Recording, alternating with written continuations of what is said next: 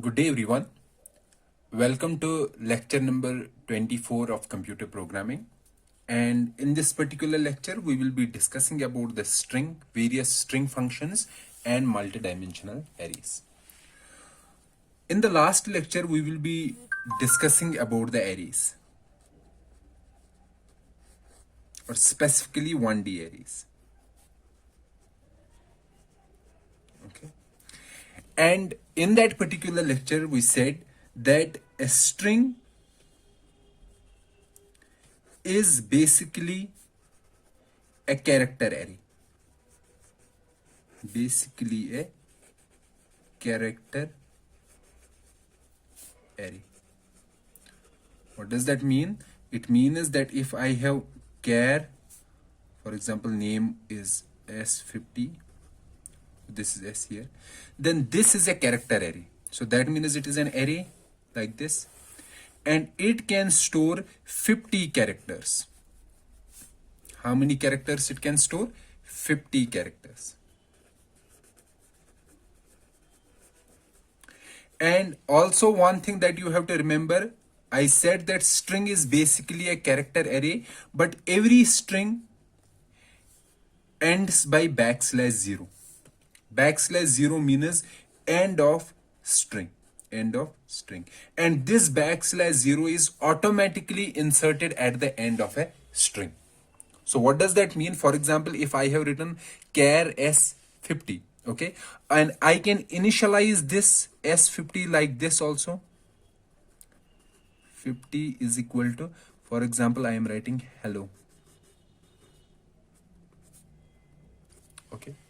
What it is going to do, it will create an array, and in this array it will provide these characters HELLO, and automatically last it will be \0. However, if I am doing like this, for example, char S50 is equal to, for example, first character is H, second character is E, third character is L, fourth character is L, fifth character is 0.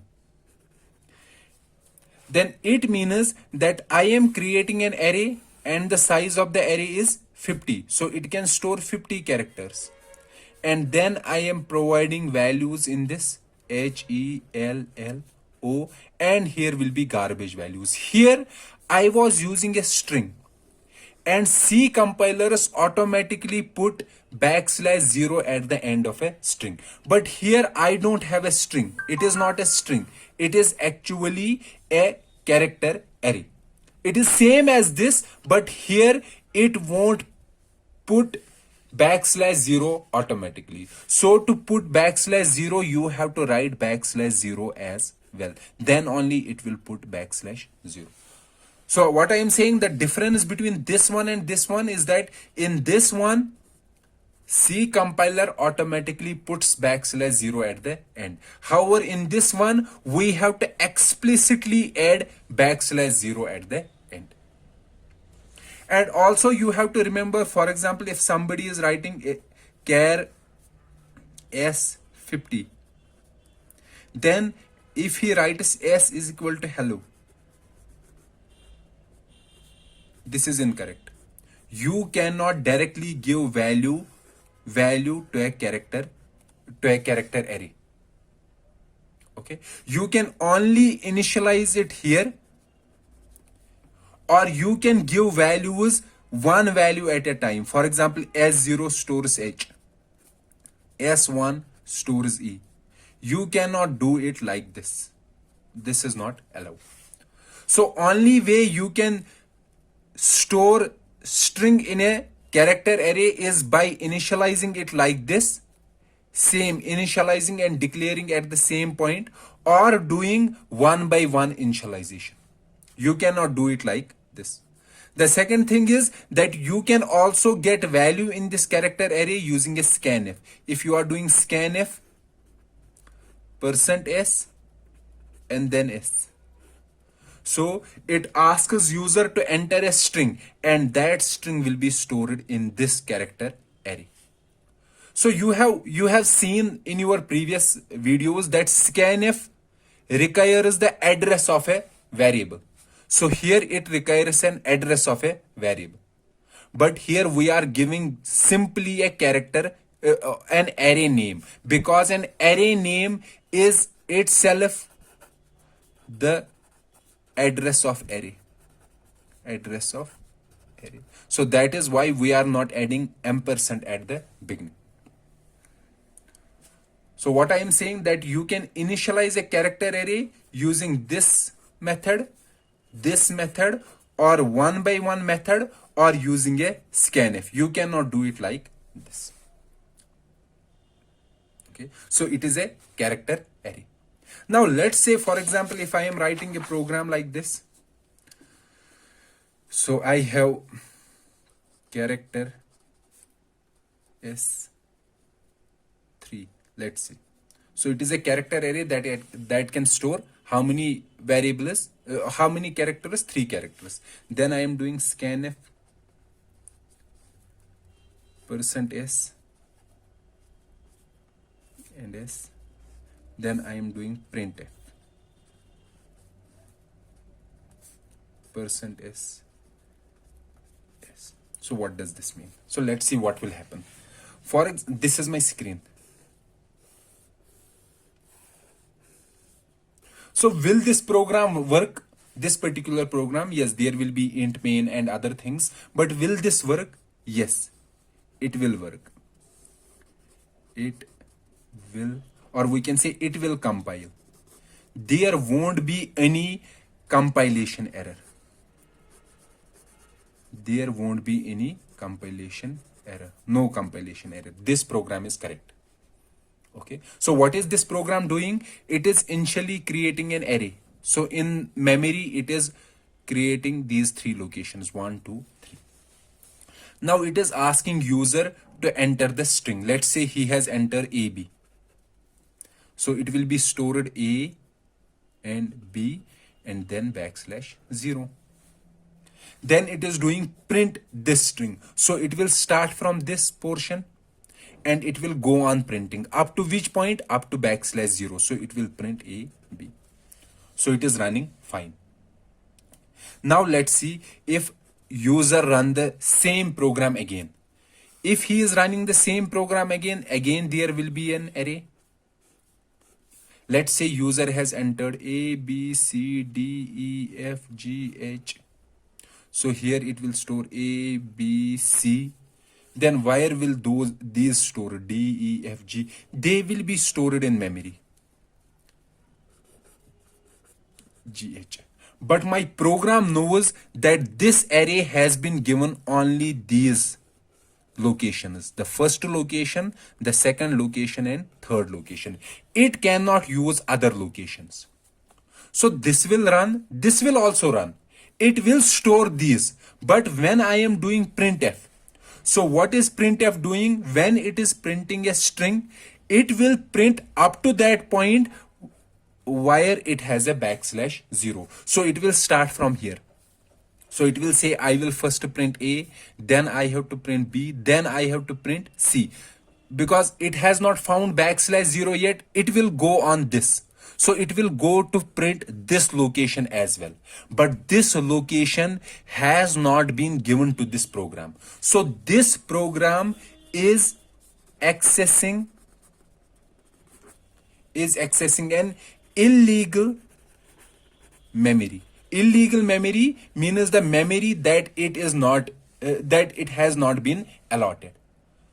So this program in this specific case will give an segmentation fault, or it is also called a seg fault. Seg fault means when a program accesses or updates the memory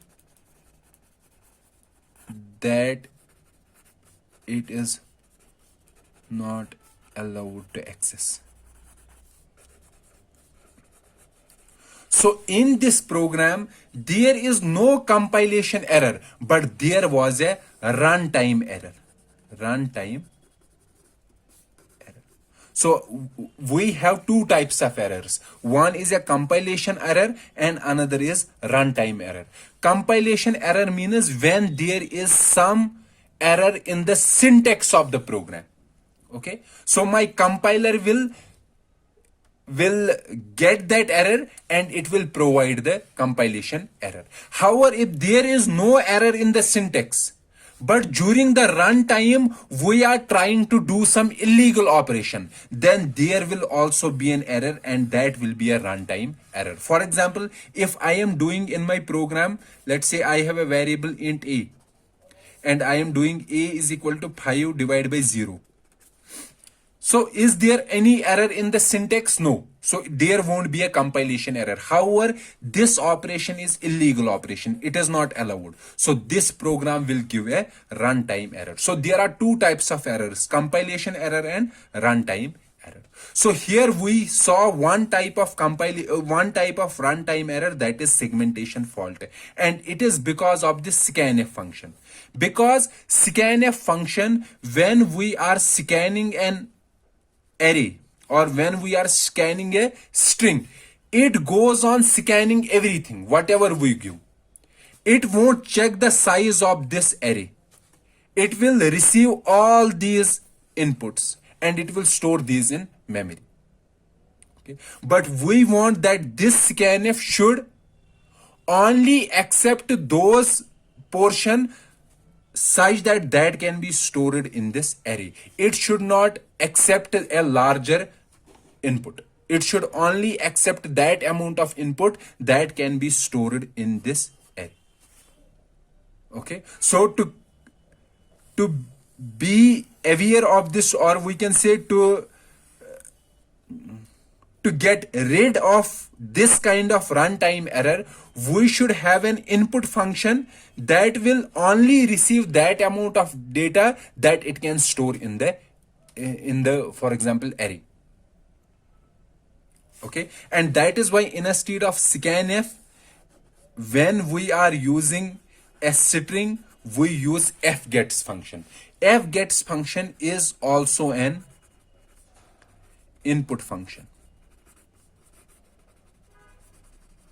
And the syntax of fgets is fgets, then s means this array in which it wants to provide the data, or we can say the variable in which it has to put the data, s, then size of s, comma, then stdin. Okay, let me explain this particular function. So I'm saying fgets, then it has three arguments. The first argument is a character array. Character array. It can only be character array. Second argument is the size, the amount of characters that it should receive. If it receives the number of characters greater than this size, then it will only take that amount of data, that amount of characters which can be stored in this size. For example, if the size is that it has to store 10 characters, then if the user is entering, let's suppose 20 characters, then it will only take first 10 characters, others it will remove. It won't store those others. Okay, it will only take 10 characters. And last one is the source. Source means from which position or from which device it will get the. So we can provide a data through a terminal. Terminal means entering through a keyboard. That is, in that case, the source is called as sddin, studio.in. In some cases, we will get data from the files. So in that particular portion, the source is the file. So since we have not discussed files yet, so we will only stick to this stdin. So if I am doing, for example, I have char s20, and then I am doing fgets, s, size of s, and then stdin. What does this function mean? This function says that receive input from the user. Okay, what input? String input. String input. Store that input in this array, in this s array. But how much input I have to receive? I have to receive, using the size of operator, I will get the size of this string. Sorry, size of this array. What is the size of this array? 20. 20 bytes. So it will give 20. So that means we will receive 20 characters in this. If user is entering 50 characters, my program will only receive how many characters? 20 characters. So I have this. This is my string, character array. So if user has entered 50 characters, it will only receive 20 characters. It will store those 20 here, and at the end it will place \0. Now if we do printf %s, then it will print up to this point. There won't be any segmentation fault. However, if instead of f gets I am using scanf, then it may result in segmentation fault. Okay, so you have to remember that in case of getting a string input, you should use fgets instead of using scanf to save yourself from segmentation fault. Okay, so this was a small discussion about the strings and how to receive strings from the users. Now let's see what are the different operations that can be performed on the strings operations. So we can perform the following operations. For example, we have to find length of a string.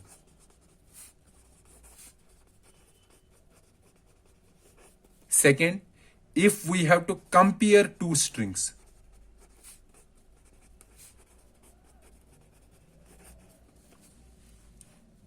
Okay. Third, if you have to concatenate two strings.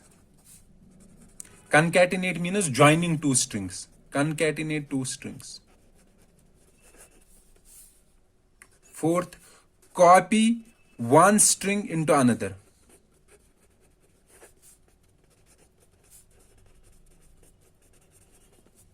Okay. Fifth is find some character in a string.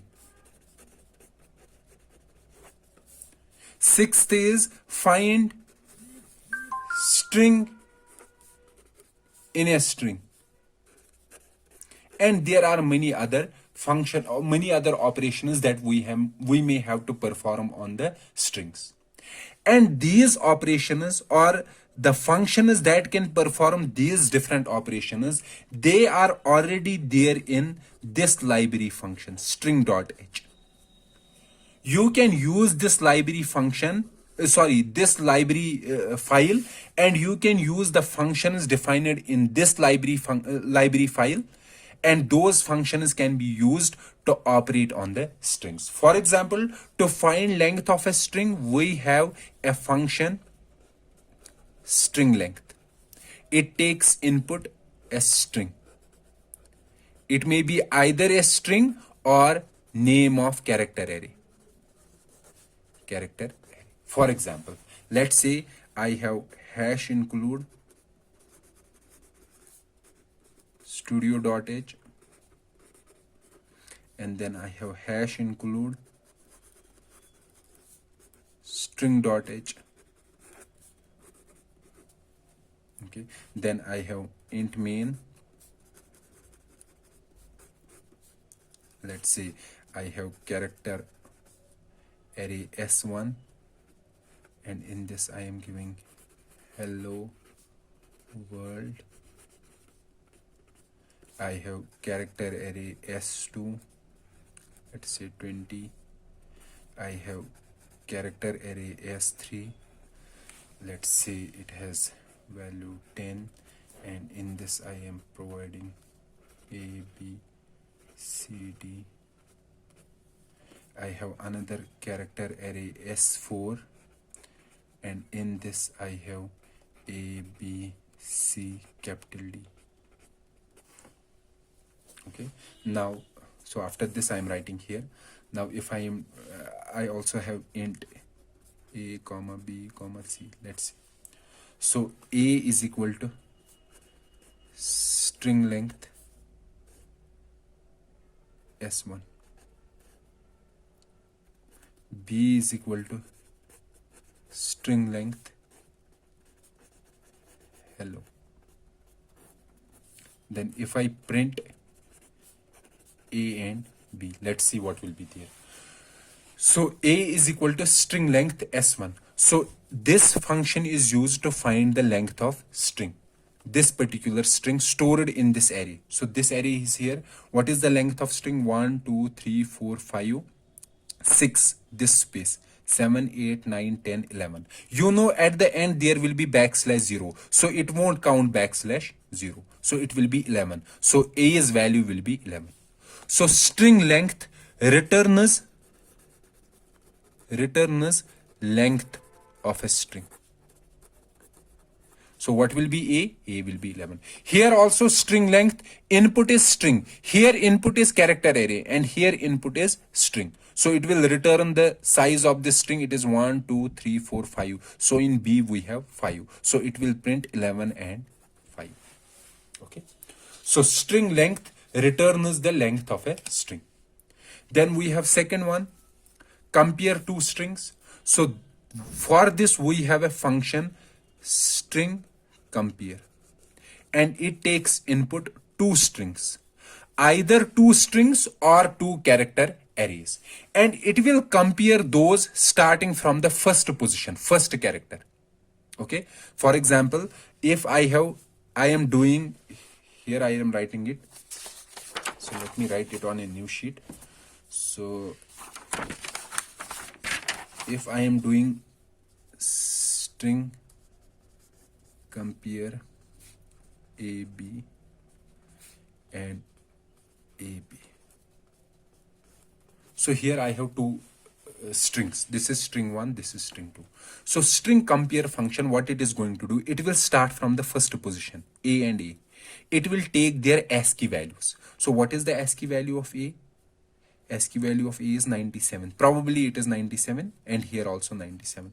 And it will subtract these 97 minus 97. What is the value? 0. If the value is 0, then it will go to the next position. Next position is second one, B and B. It will again compare ASCII value of this B and this B. ASCII value of this B is 98 minus 98. The value is 0. Now it will go to the next position. What is the next position? There is no next position. So it will return 0. 0 means that all the variables, or I can say all the characters are same. Okay. So that means if two strings are same, string compare will return 0. However, if there are different strings, let's say this is A, B, C, and this is A, B, A. So let's see what will string compare do. It will first compare first one. What will be the value? 0. Second, 0. Third. Now it will compare third. So third ASCII value of C is 99 minus ASCII value of A is 97. So what is value? 2. So whenever it find a non-zero value, it will return that value. So what it will return? 2. That means string compare function, it can return 0, a positive value or a negative value. So 0, it will return 0 if both the strings are same. Okay, then it will return 0. It will return positive number if when it is comparing to the first character, some character differs from some other character, and the ASCII value of first is greater than ASCII value of second, then it will return positive. Or for example, if here is A and here is C, then it will be 97 minus 99, that will be minus 2. So that means it will return negative.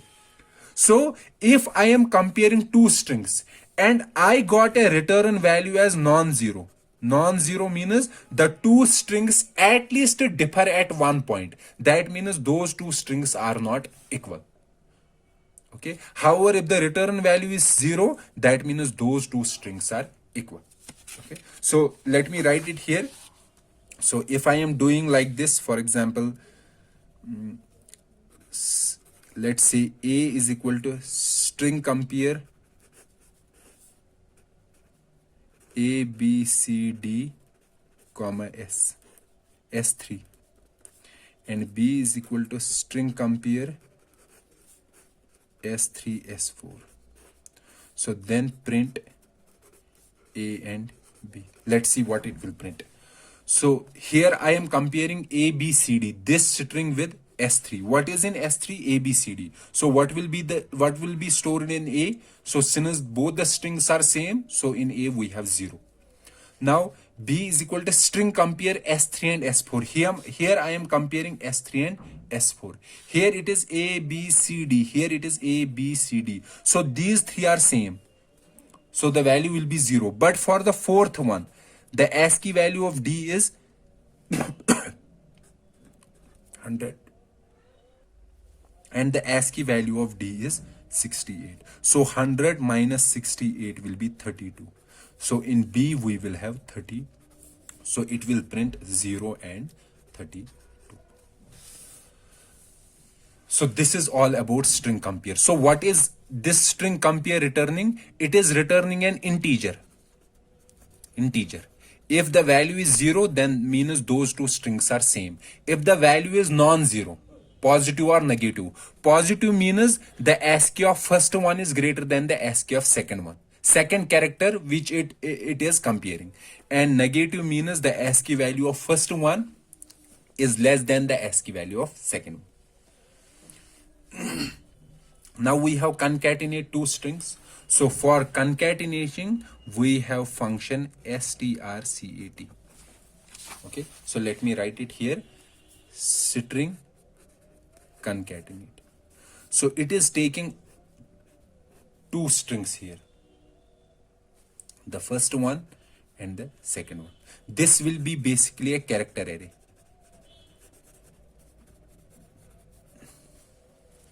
It will combine these two strings and then store the combination in this array, in character array. And it will also return this particular array, this character array. Okay. So the final array that it is concatenating. For example, what I am saying, let's say I am doing like this. I have character array S1. Let's say 50. I have character array and it contains, let's say, hello. Then I have S3, that is 50. Then I have character array S4, it is 20. Let's say it contains world. Okay. So if I am doing S3 is equal to string concatenate S1, S4. So what will happen? It will concatenate these two strings. What is this S1? S1 is hello. What is this S4? S4 is world.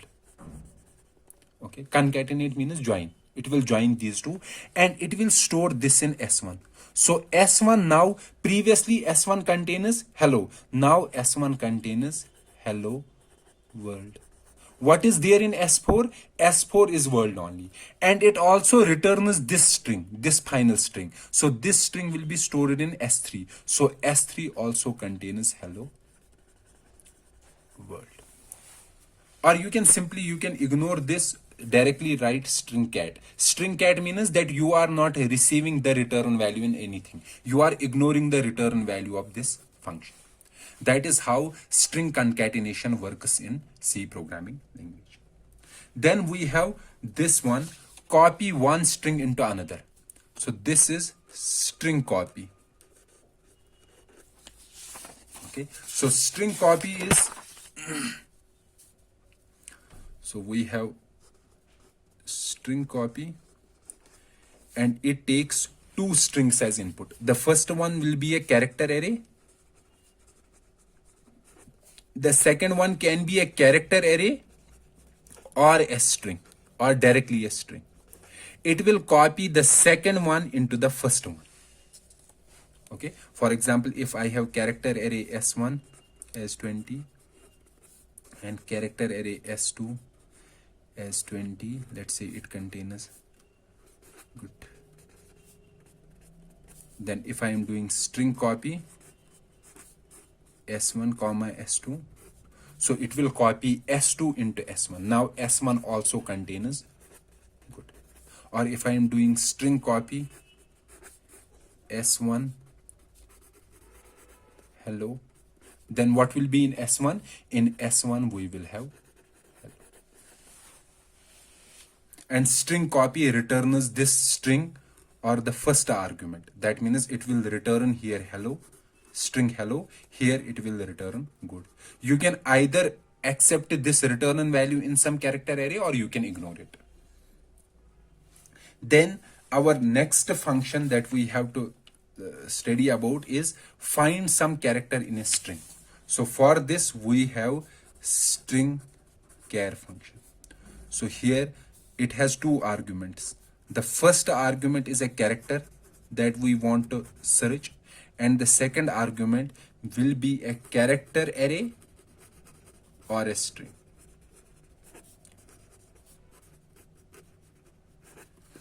It finds this character in this string array, and wherever it finds, it returns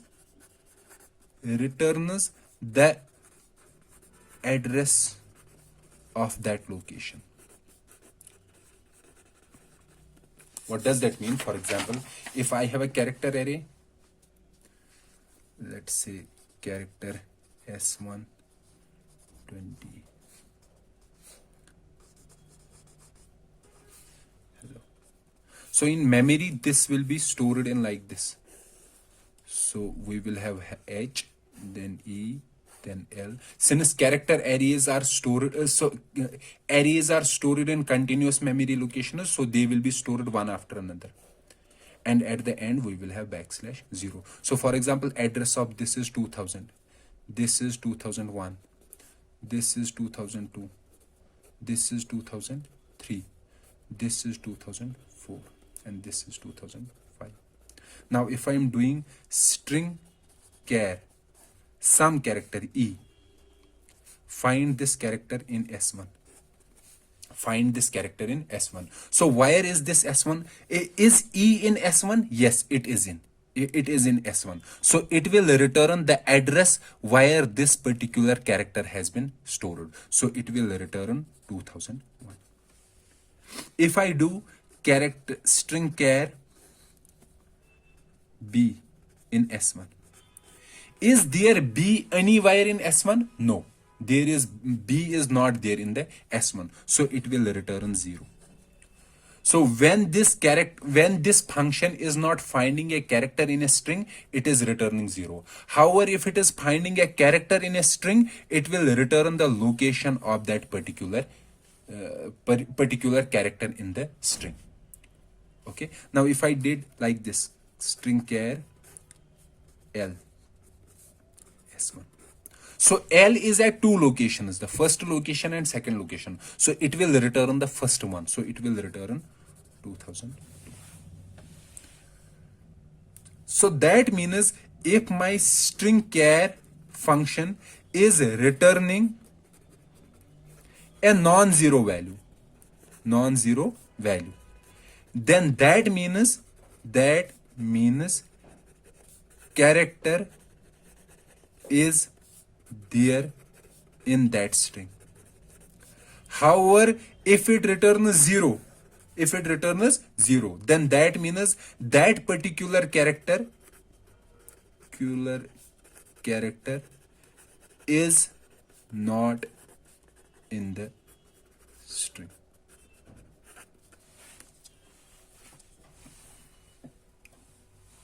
Okay, So after this, we have the last function, that is string str. So this is same as this string char. However, this function was finding a character in a string. Here, this function will find a string in a string. For example, if I have this string, okay, s1, let's say I am doing ll.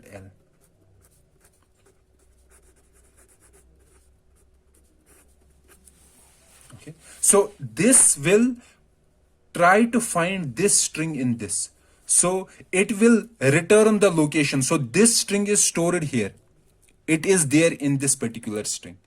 Okay, so it will return the first address of this string where it finds it. So which address it will return? 202. Now if I am doing string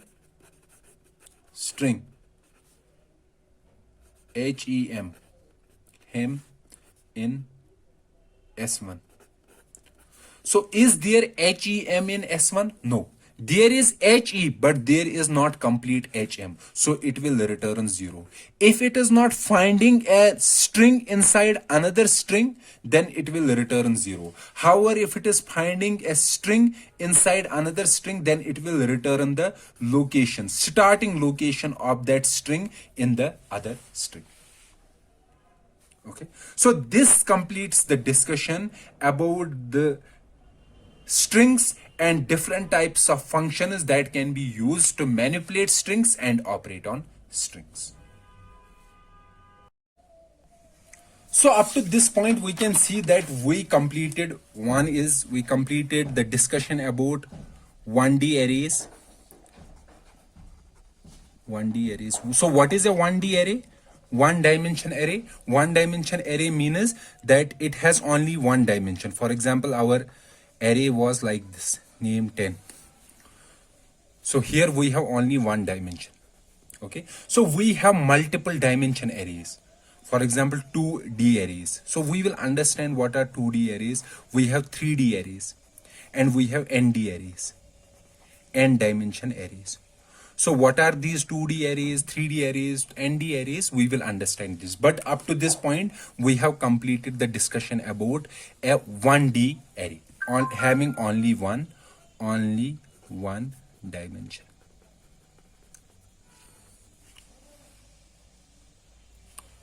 Okay, we also discussed how to initialize these arrays,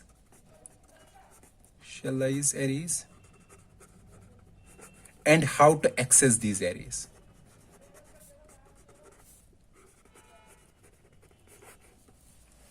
And we also discussed some discussion about the character arrays. Character arrays, or we can say strings. So a string is stored in our C programs using a character array. And at the end, we will have \0 at the end of a string. And we also discussed some of the functions defined in string.h library. So what are the different functions that we discussed? String length. Second is string compare. Third is string concatenate. Fourth is string copy, copying one string into another. The fifth is string char. And the sixth is string. Okay, so your job up to this point is to write programs to understand these particular functions, these particular string functions. And the second thing was your homework is to find minimum element in an array.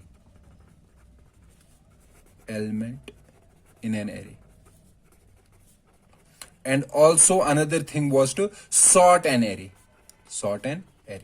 This is your job. Sort an array. Either you can sort in increasing order or decreasing order. Okay. Now after completing this, now we have to discuss about the multiple dimension arrays, or we can say multi-dimension arrays. Multi-dimension arrays. multi-dimension arrays. So what does that mean? Multi-dimension means that they have multiple dimensions. So for multiple dimensions, understanding these multiple dimension arrays, let's understand 2D arrays. Then from this we can understand 3D arrays. 2D array means the array which has two dimensions.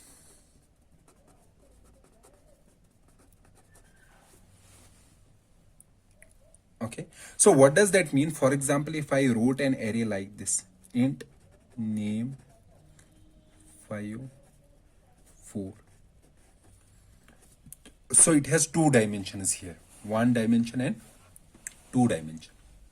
Okay, so what does this mean? Now if I am writing like this, what does this mean? It means that I have, so if you can see it in great detail, that I have here,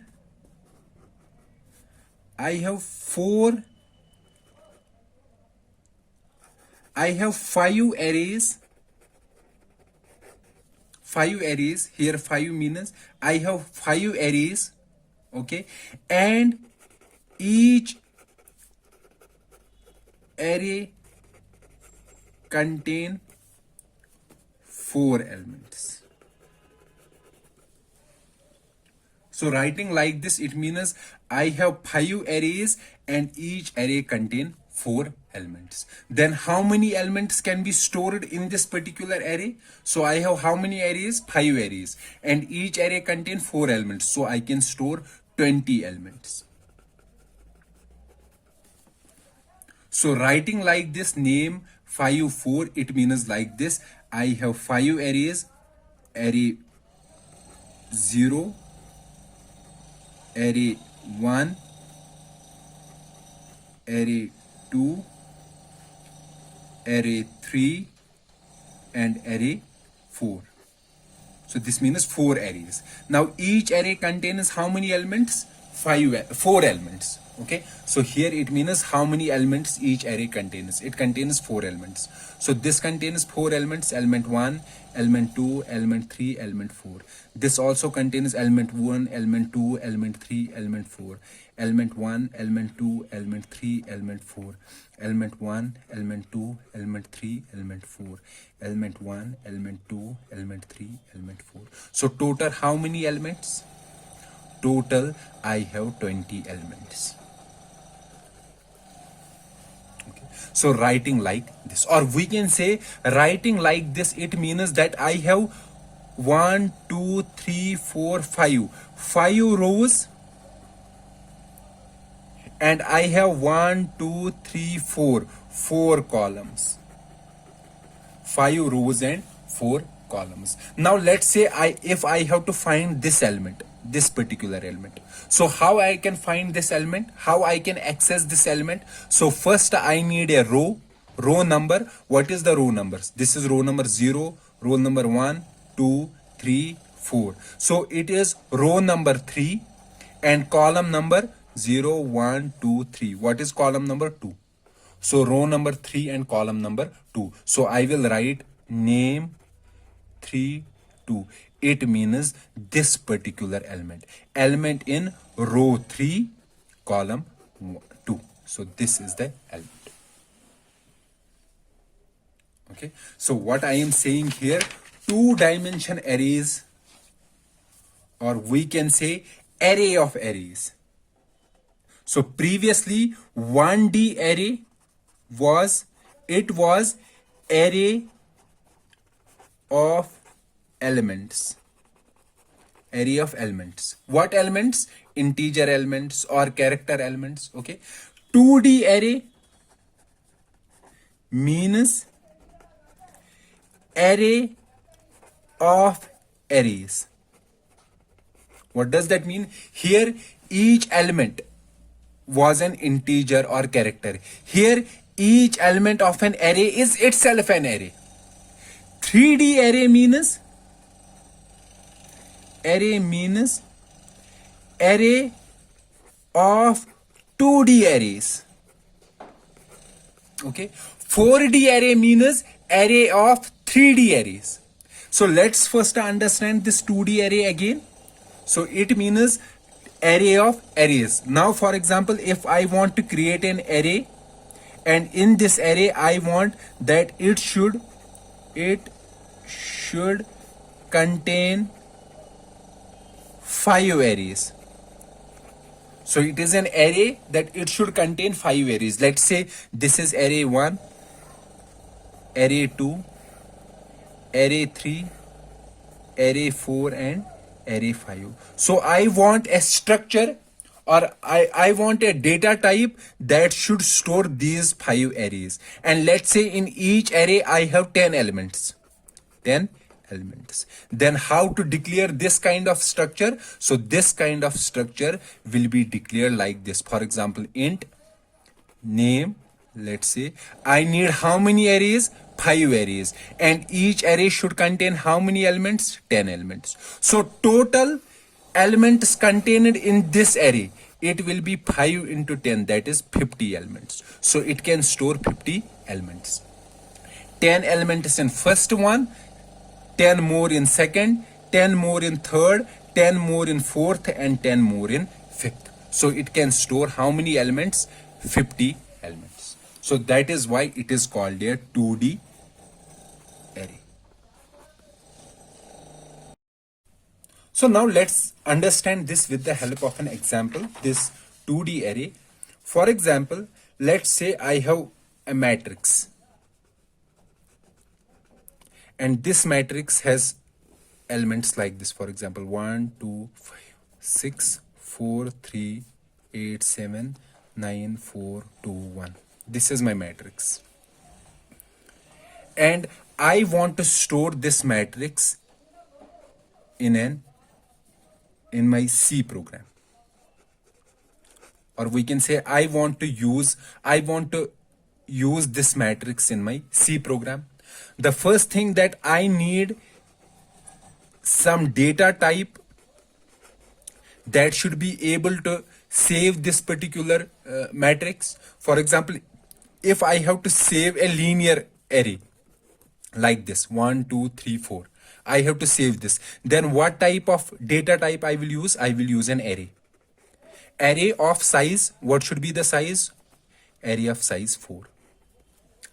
However, here I have to store the same 1 array, 2 array and 3 arrays. I have to store 3 arrays.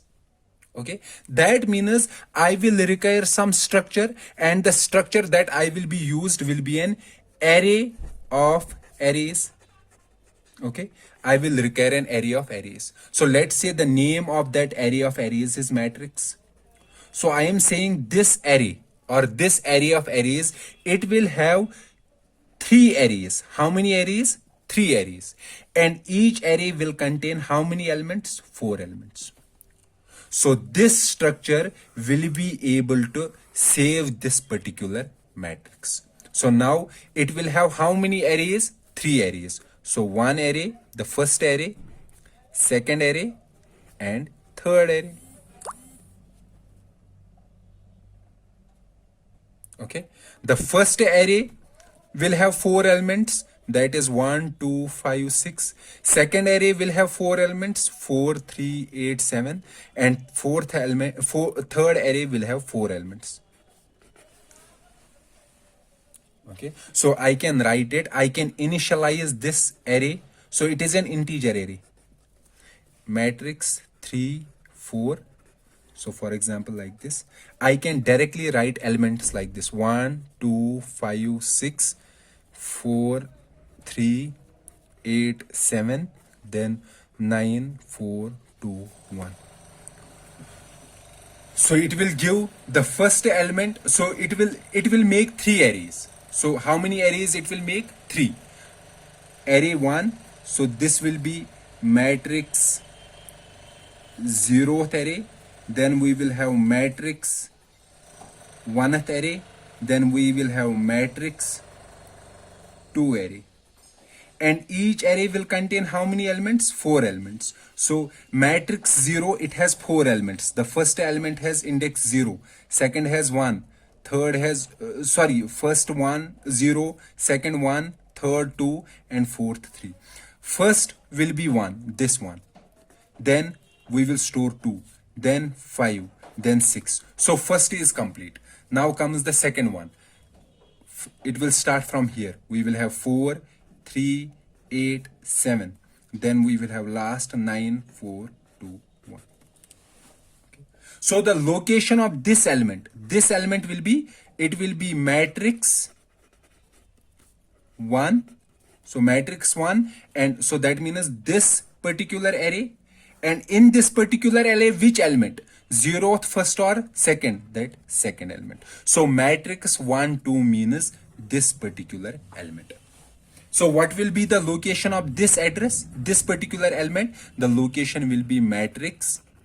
So which row it is? Second row. And which column it is? Third column. Matrix 2 3 will be its address, or we can say this is how we will locate an element in a 2D array. So how many elements are required? How many dimensions are required? 2 dimensions. Okay, so this is one way to initialize a 2D array. Now another way is to initialize it like this. For example, I have int matrix, then I have 3, 4 is equal to 3, 4 is equal to, it will do. So it will have, that means it will contain how many arrays? 3 arrays, and each array will contain 4 elements. So I can write is an array of arrays. So first array will contain these 4 elements. Second array will contain these 4 elements, and the third array will contain these 4 elements. Okay, so initializing like this,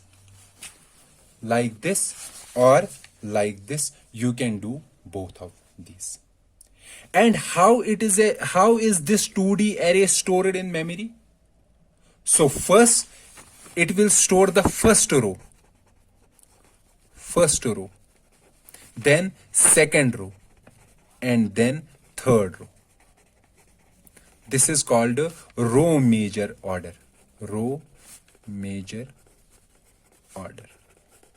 So first we will store first row, then second row, then third. Okay. Now let's understand it with the help of an example. For example, let's say I have 2 matrices, matrix 1 and matrix 2. This matrix is, let's say 1 2 3 4 5 6, and this matrix is 2 1 4 5 3 9. Okay. Now let's say I want to write a program to add these 2 matrices. After adding these 2 matrices, I want to store it in another matrix M3. So let me write a program. So I will start from main, int main. Okay, let's make this matrix first, int M1. So what are its dimensions? 2 rows and 3 columns is equal to, and how I can give elements? 1 2 3 4 5 6. So this is matrix 1. Now I have to make matrix 2. So it also has 2 elements and 2 rows and 3 columns. So I will write it like this: 2 1 4, and the second row is 5 3 9. So you can initialize like this or like this.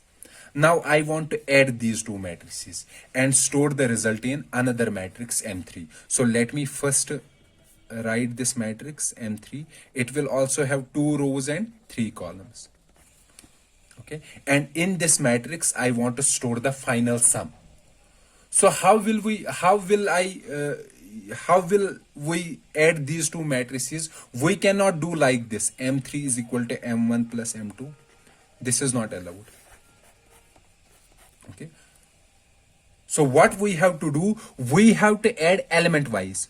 So we will add the first element with first element and store in this first element, that is M3. So what is this first element? What is the address of this first element? It will be M100.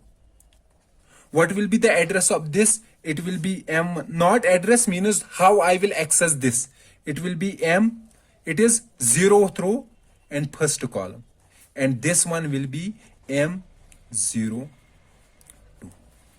Then this one will be m1, this particular, it will be m1. So what is the row number? 1, row number 1, and column number is 0. And this one will have m1, row number 1, column number 1, and this one will have m1, row number 1, column number 2. So this is how we can access the elements of a 2D array. So that means m300 will be equal to m100 plus m200.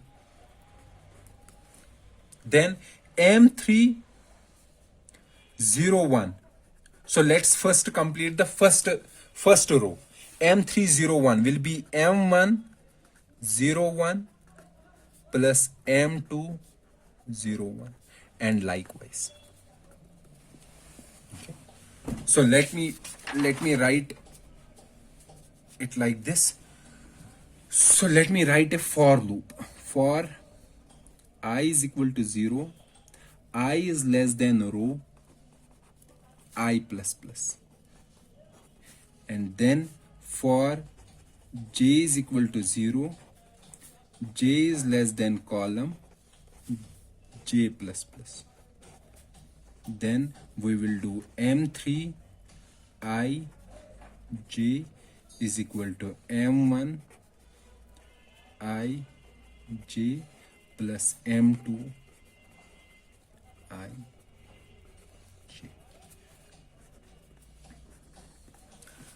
So this is how we can access a 2D array. Accessing a 1D array, we will require only one for loop, but accessing a 2D array, we will require two for loops. Likewise, accessing 3D array, we will require three for loops. So what we are doing in this particular, in these two for loops, we have to understand this. First I is 0, okay? Then we are coming here. Then this loop will run, this particular loop. So this will, I will remain 0. Then for this loop, j will change from 0, then 1, then 2. So let's say what is row? So how many rows are there? 2. So let's say row is equal to 2 and column is equal to 3. So here row is 2 and column is 3. So first I will be 0, j will be 0, 1, 2. Less than column means it will go up to 2. Okay. So here so first thing will be m3, what is I? I is 0 and j is 0 is equal to m1 0 0 plus m2 0 0. So first is done. Then in the second iteration of internal loop, so internal loop will complete first. M3 I will remain same as it is 0 because we have not gone to the second to the outer loop. So it will be M3 0 1. J will change. First it was 0, then it will be 1, then it will be 2. So it will first complete this, then it will calculate this, then it will calculate this, the third element. Okay. Now this inner loop will complete. Now we will again go to the outer loop. I was 0, now I will become 1. Okay. Now we will again come here. Again j will vary from 0 to 2. So it will be 0, 1, 2. Now it will calculate M3 1 0, M3 1 1, and M3 1 2. Okay. So in the first iteration of the outer loop, it was calculating these three elements. And in the second iteration of the outer loop, it is completing these three elements. Okay. So this is how we can access the elements of a 2D array. Now let's say I want to write a program. This program should take 2D array as input from user. Okay, take 2D array as input from user and then display the 2D array. So for example, I want to take this as input. Let's say 2D array is 2D array which has dimensions. Let's say it has 3 rows and 3 columns. Okay, then I have to display this 2D array. Let's see how we can take an input. So we will do int main. So it has how many rows? 3 rows and 3 columns. So how many elements it will store? It will store 9 elements. So let's first create this array int, 2D. Let's name it a matrix. So it has 3 rows and 3 columns. Now we have to take input from the user. So we will ask user to enter the elements. Printf enter elements of an array. Enter elements of an array. So we will ask this user to enter the elements of an array. How many elements he will enter? 9 elements. First element should be stored here. Second element will be stored here at this location. Third element will be stored here. So this will be the first row. So for example, if I have, this is my matrix, 3 cross 3 matrix. So this is element 1, 2, 3. So how I will access this element? It will be matrix 0, 0, 2, 1, 0, 0. This will be matrix 0, 1, and this will be matrix 0, 2. Likewise, this one will be matrix 1, 0. This will be 1, 1, and this will be 1, 2. And this particular will be 2, 0, 2, 1, and 2. So this is matrix 1, 0. What will be the address of this element? The address of this element will be and matrix 1, 0. So I am asking printf enter elements of a 2D array. 2D array. So then I will write for loop. 2 for loops. For I is equal to 0. Let's say here we have int I and j. For I is equal to 0, I is less than 3, I plus plus. Then we have for j is equal to 0, j is less than 3, j plus plus. Then we have scanf %d and matrix I, j. This loop ends, this loop ends. Okay. So what we are doing here? So let's see what we are doing here. So again, we are varying from 0 to 3 and here 0 to 3. That means first I will be 0 and j will change from 0, 1, 2. That means it will matrix ij. Matrix ij means first I will be 0, j will change. J will be first 0, then 1, then 2. So it will be first element will be stored at this place. Second element will be stored at this place. And third element will be stored at this place. So first row is completed. First row and inner loop will also complete. Now again we will go to outer loop. Outer loop means I will become 1. Now I will become 1, inner loop will run. Inner loop means the next element will be stored at j will vary. J is 0, then it will be matrix 1 1, it will be matrix 1.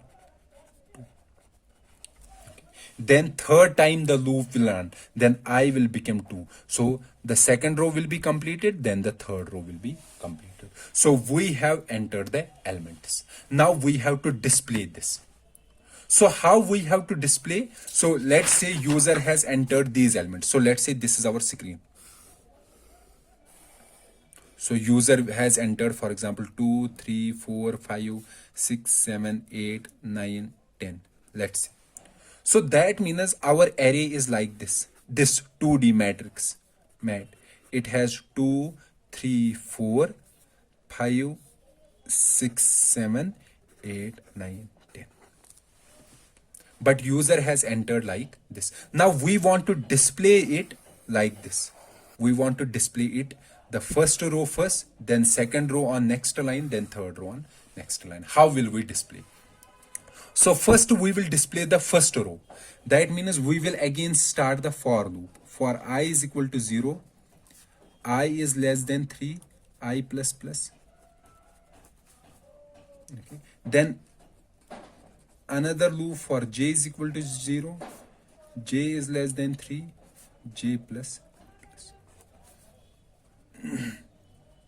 Then we will do printf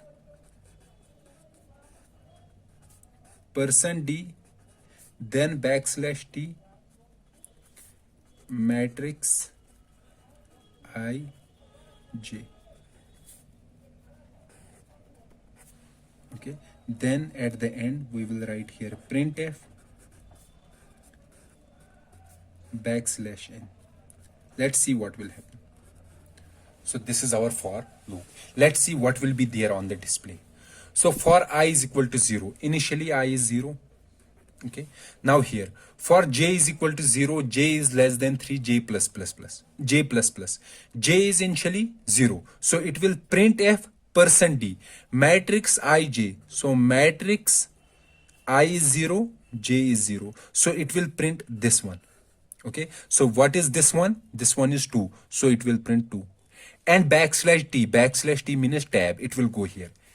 It will reach here. Now again it will go to this inner loop. Now j will become 1. Okay. I is still 0. So now it will print matrix 0, 1. What is 0, 1? 0, 1 is 3. So it will print 3. Now tab. Tab means go here.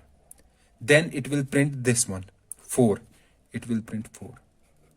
So again it will go here. It will find that j has become 3. So it will come out of this loop. Out of this loop means it will go here. Printf backslash n. So it will go to next line. Okay, here. Here it came to the end of this loop, outer loop. It will go here. I was 0. Now I will become 1.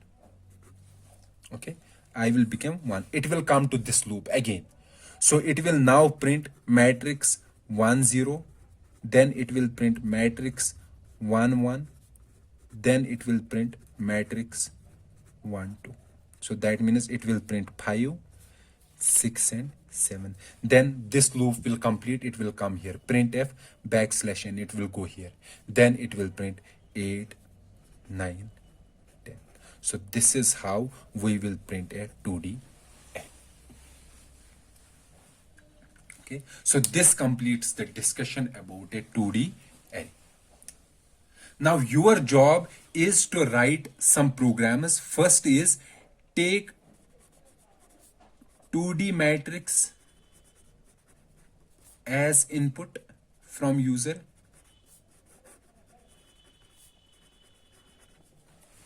Okay. Take 2D matrix as input from user. Then second thing is transpose the matrix. So you have to transpose the matrix. This is, and third portion is, so first you take the 2D matrix as input from user, transpose that particular matrix. And third thing that you have to do, take two matrices Take two matrices and multiply those matrices. Take two matrices and multiply those matrices. So this is the job that you have to do. But you have to understand one thing, that when you are multiplying two matrices, you have to first check the condition. Which condition? The column of first matrix. So you already know it from the 12th standard mathematics. Column of first matrix should be equal to row of second matrix. Then only we can multiply two matrices. Okay, number of column of first matrices should be equal to number of rows in the second matrix. Then only you can multiply two matrices. So what is your job? Take 2D matrix as input from the user and transpose that matrix. Then the another thing is take two matrices and then multiply those matrices. Okay. So this completes the discussion about the 2D matrices. Now, similar to 2D matrices, we have 3D matrices.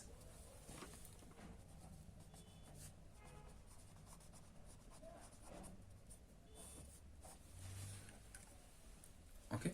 So before discussing this 3D matrix, we have to understand when we were having 1D matrix. Sorry, 1D array. So this is a 3D array, not a matrix, 3D array. So for a 1D array, okay, we were storing elements one after the another. Okay, when we have 2D array, we first store first array, then second array, because 2D array means array of arrays. First array, then second array, then third array, and so on. Let's say I have a 2D array and it has 2D array means, for example, name 3, 4. What does this mean? It means that I have three arrays, and each array has 4 elements. So I will first store the 4 elements of first array, then the 4 elements of second array, and 4 elements of third array. Now if I have a 3D array means array of 2D arrays. Okay. So if I have to store this 3D array in a memory, I will first store 2D array at index 0. So for example here, so we were first storing 4 elements of array 1. Array 1 means the 0th array. So that means store the array at 0th index, then the array at 1th index, then the array at 2th index. Here it means first we will store the 2D array, the first 2D array, then the second 2D array, then third 2D array, and so on. For example, let's create a 3D array, int max, let's name it 4. What does this mean? It means that we have 3 2D arrays.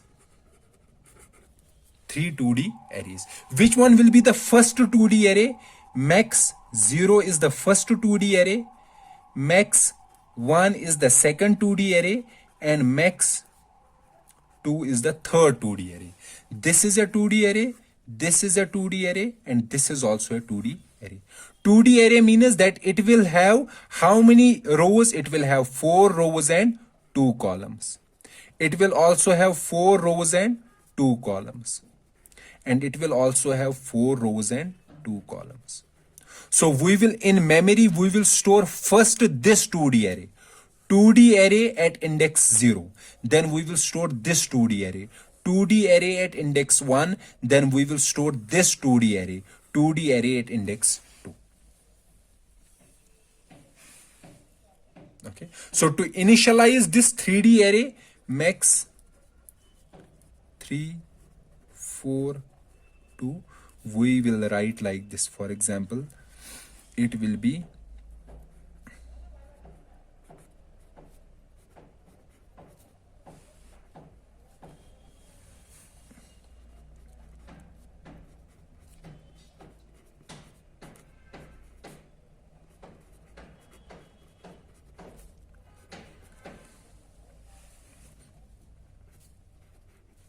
likewise like this portion, it will be here, then this portion, the similar portion will be here.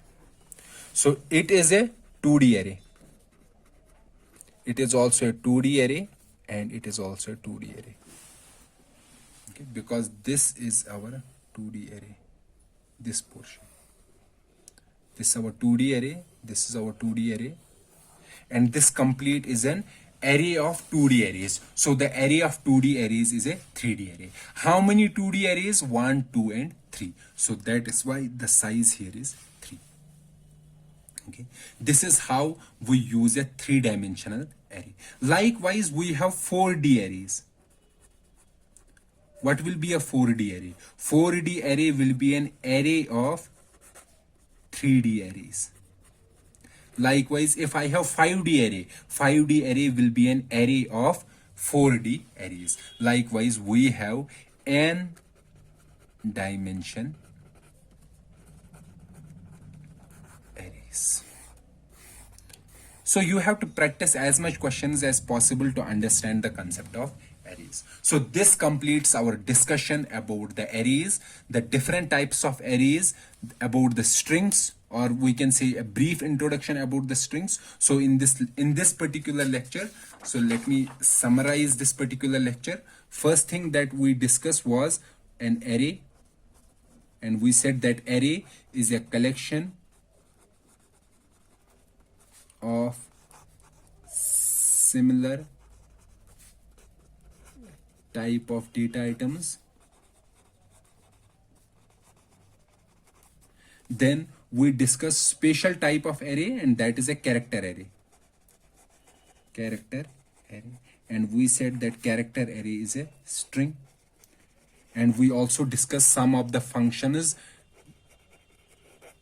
defined in string.h library. Then after an array, we discussed about 2D arrays. So 2D arrays are an array of arrays. And we said that these 2D arrays are used to implement matrices in our C programs. Then we also discussed about 3D arrays. A 3D array is an array of 2D arrays. Okay, likewise n dimension arrays. So this completes our discussion about the arrays and how we can use arrays in our C programming language. So there is some portion related to the arrays that we have to discuss. That is how arrays are passed as arguments in functions. How arrays are passed as arguments in functions. This particular thing we will discuss about this particular phenomena in C programming language after discussing pointers, because first we will understand the pointers, concept of pointers, then only we will understand how arrays are passed as arguments in functions. So up to this point we will stick to this portion only related to the arrays, and after this particular lecture we will start discussing about the pointers. So after 1 or 2 videos related to the pointers, we will discuss this particular portion. So let me stop this particular video here. Let's meet in the next lecture where we will be discussing about the pointers. Till then, goodbye.